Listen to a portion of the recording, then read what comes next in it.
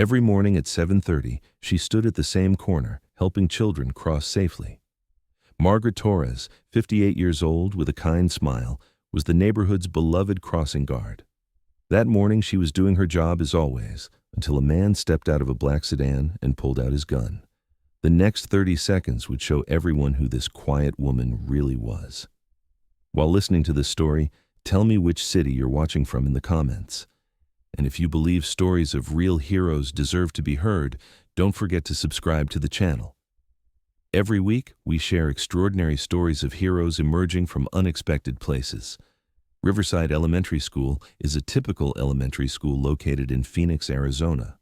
With 850 students, this school serves children from middle-income families in a safe neighborhood. The main street in front of the school experiences heavy traffic during morning and afternoon hours. For this reason, the city assigned a special crossing guard to the school. Margaret Torres has been in this position since 2019. She's 58 years old, medium height, with gray hair and always wearing a kind smile. She wears a bright yellow safety vest, carries a stop sign, and works from 7 a.m. to 8:30 a.m. and 2:30 p.m. to 4 p.m. The children call her Aunt Margaret, parents trust her, and teachers appreciate her presence. Margaret's daily routine is the same every morning. She leaves home at 6:45, arrives at the corner in front of school at 7, prepares her equipment, and waits for children to start arriving. She carries a small bag containing a water bottle, tissues, some candy, and an emergency phone. Parents see Margaret as a reliable person who protects their children. But Margaret Torres' past is far different from what anyone could imagine. From 1985 to 2015, she served 30 years with the Phoenix Police Department. After working as a patrol officer for the first 10 years, she joined the SWAT team. For 20 years in SWAT, Margaret served as a hostage rescue specialist and tactical entry expert, participating in over 200 high-risk operations. Margaret's specialty was combating Latin American organized crime syndicates. Fluent in Spanish, Margaret knew cartel tactics, hierarchies, and operational methods very well.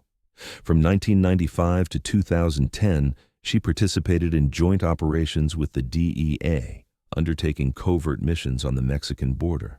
Her file contains records of numerous successful operations, hostage rescues, drug lab raids, cartel leader captures, weapons trafficking operations. Margaret's nickname was La Cazadora, the Hunter Woman. This name was given by cartel members because she never missed her target. Retiring in 2015, Margaret decided to live a quiet life. Never having children of her own, Margaret wanted to spend her retirement years with children and began working as a school crossing guard. She never talks about her past, saying she's just a retired police officer. Margaret has small scars on her arms and neck. When people notice and ask, she says, "Old accident." In reality, these scars are bullet wounds from a cartel operation in Tucson in 2008.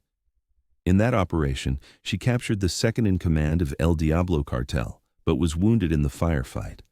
El Diablo Cartel is a dangerous organization operating in Arizona and Mexico, involved in drug and human trafficking. The person Margaret captured in 2008 was Diego Morales, the younger brother of the cartel leader. Diego was killed during the operation, and leader Carlos Morales swore revenge against Margaret. Years passed, Margaret retired, and Carlos was also captured and imprisoned. When Carlos was released from prison in 2023, his first priority was finding Margaret. But Margaret no longer appeared to be a SWAT operator, just a crossing guard working in front of a school. October 15th, 2024, Tuesday morning. Margaret starts work at 7 a.m. as usual. The weather is clear, traffic is normal, children are beginning to arrive at school. Margaret prepares her stop sign and waits for the first group of children to cross. 7:30 a.m. The first children begin entering the schoolyard. As Margaret helps them cross, 8-year-old Emma Peterson asks her for candy. Margaret takes a piece of candy from her bag and gives it to Emma. Meanwhile, a black sedan appears at the end of the street.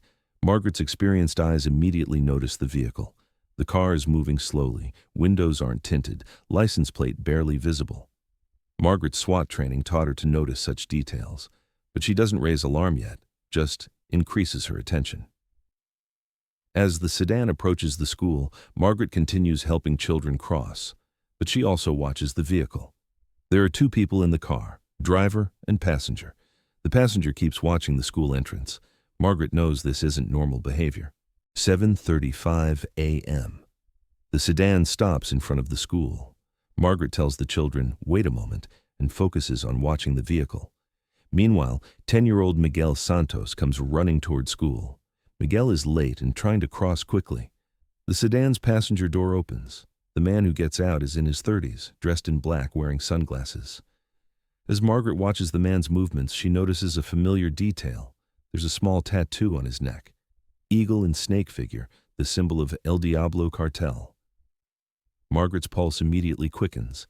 For 20 years, she fought people who bore this symbol, but the man hasn't made any threatening moves yet. Margaret tries to stay calm and continues watching the children. As the man scans the schoolyard, his eyes stop on Miguel Santos. Margaret notices the man focusing on Miguel. She feels the name Miguel Santos sounds familiar. Where has she heard this name before? Suddenly she remembers. Miguel Santos is the surname of Diego Morales' girlfriend from the 2008 operation. Maria Santos was pregnant at that time. Miguel must be Diego's son. And now, Carlos Morales has come for revenge. Margaret now fully understands the gravity of the situation. Carlos is probably planning to kidnap Miguel to cause Margaret pain, but Margaret won't allow this. As the man reaches under his jacket, Margaret springs into action. 20 years of SWAT experience tells her this moment has come, but she has no weapon, no backup, only the responsibility to protect children. "Miguel, come to me," Margaret shouts. Miguel is surprised, but hears Margaret's serious tone and runs toward her. The man also sees Miguel running to Margaret and draws his weapon. Margaret quickly takes the emergency whistle from her bag and blows it. The loud sound alerts school security and draws the children's attention. At the same time, she shouts, "Children, run to school, now!" The children panic, but hearing Margaret's authoritative tone, they quickly run to the schoolyard. Miguel also comes to Margaret's side. Margaret positions him behind her and places herself between him and the man. The man points his gun at Margaret. "Margaret Torres," he says in Spanish, "I've been looking for you for 16 years. Margaret responds in Spanish, "Carlos Morales, you're still making the same mistake, operating in civilian areas." Carlos is surprised. He didn't expect Margaret to recognize him. "I came to avenge my brother." "Diego made his own choice," Margaret says calmly. "You're making a choice now too. But I won't let you harm these children." Carlos laughs. "You're just an old crossing guard now. You don't have the power to stop me." Margaret smiles. "You never change, Carlos. Still the same mistake, underestimating your opponent." During this conversation, Margaret positions herself. SWAT training taught her disarmed combat techniques. Carlos's position, how he holds the weapon, his body language, everything gives Margaret an opportunity to attack. As Carlos reaches for the trigger, Margaret moves. 20 years of muscle memory kicks in. She quickly lunges forward, grabs Carlos's wrist joint, and makes him drop the weapon. With the same movement, she destabilizes Carlos and brings him to the ground. As Carlos falls to the ground in shock, Margaret gets on top of him and applies pressure point to his neck area. Carlos passes out within 5 seconds. Margaret has applied this technique hundreds of times. The driver in the sedan sees his partner's condition and wants to drive away. But Margaret has already read his license plate and called 911 with her emergency phone. "Tell Phoenix PD Officer Torres reporting code 47. El Diablo operative captured, backup needed." When the 911 operator hears Margaret's code name, she immediately applies special protocol. One of Phoenix PD's former SWAT operators has gone active. Within 3 minutes, police sirens are heard around the school. SWAT vehicles, K-9 units, and detectives arrive at the scene. Carlos is arrested, the sedan is stopped, and weapons inside are confiscated. When Phoenix PD Captain Rodriguez arrives at the scene and sees Margaret, he's surprised. "Torres, what are you doing here?" "My job, Captain," Margaret says with a smile, "protecting children." When FBI agents questioning Carlos arrive, Margaret's identity is revealed. Local media picks up the story. Retired SWAT operator stops cartel hitman in front of school. The school principal thanks Margaret. "How did you stay so calm?" 30 years of experience, Margaret says, but I just protected the children. Miguel Santos's family comes to Margaret. Miguel's mother, Maria, thanks her tearfully. You saved my son. Margaret looks at Maria. She recognizes her, Diego's former girlfriend. The past stays in the past, Maria. What matters is that Miguel is safe. Maria nods. That man isn't Miguel's father. His real father died long ago. Miguel only has my surname. Margaret understands. While Carlos was seeking revenge, he wanted to harm the important people in Margaret's life. But now Carlos is captured. The threat is over. A few days after the incident, Margaret returns to work normally. But now the children look at her differently. Miguel thanks her every morning. Other children call her Hero Margaret. Margaret smiles. I just ensure your safety. This is my job. A week later, Phoenix PD chief visits Margaret.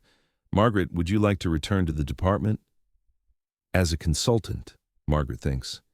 Chief, I'm happy here. The children need me more. I understand, the chief says, but know that you'll always be part of our team. Margaret nods. She now understands that she can never completely leave her past behind, but this experience is being used to protect children, and this gives her peace. The school hangs a small plaque in Margaret's honor. Courage emerges at unexpected moments. Margaret allows the plaque to be hung, but doesn't want her name written on it. When FBI interrogates Carlos, they obtain important information about the cartel.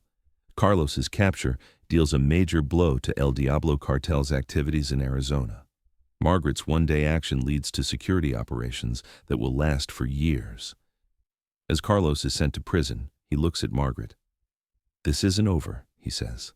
Margaret responds calmly, Carlos, this ended 16 years ago. You just didn't accept it. Life at Riverside Elementary returns to normal. Every morning at 7:30, Margaret stands at her corner helping children cross. But now children don't just see her as a crossing guard. She's the real hero who protects them. Miguel Santos brings Margaret a flower every day. Thank you, Aunt Margaret, he says, for saving me. Margaret smiles and ruffles Miguel's hair. I just did my job, Miguel. As long as you're safe, I'm happy. And every evening going home, Margaret thinks this was the most important day of her 30-year police career.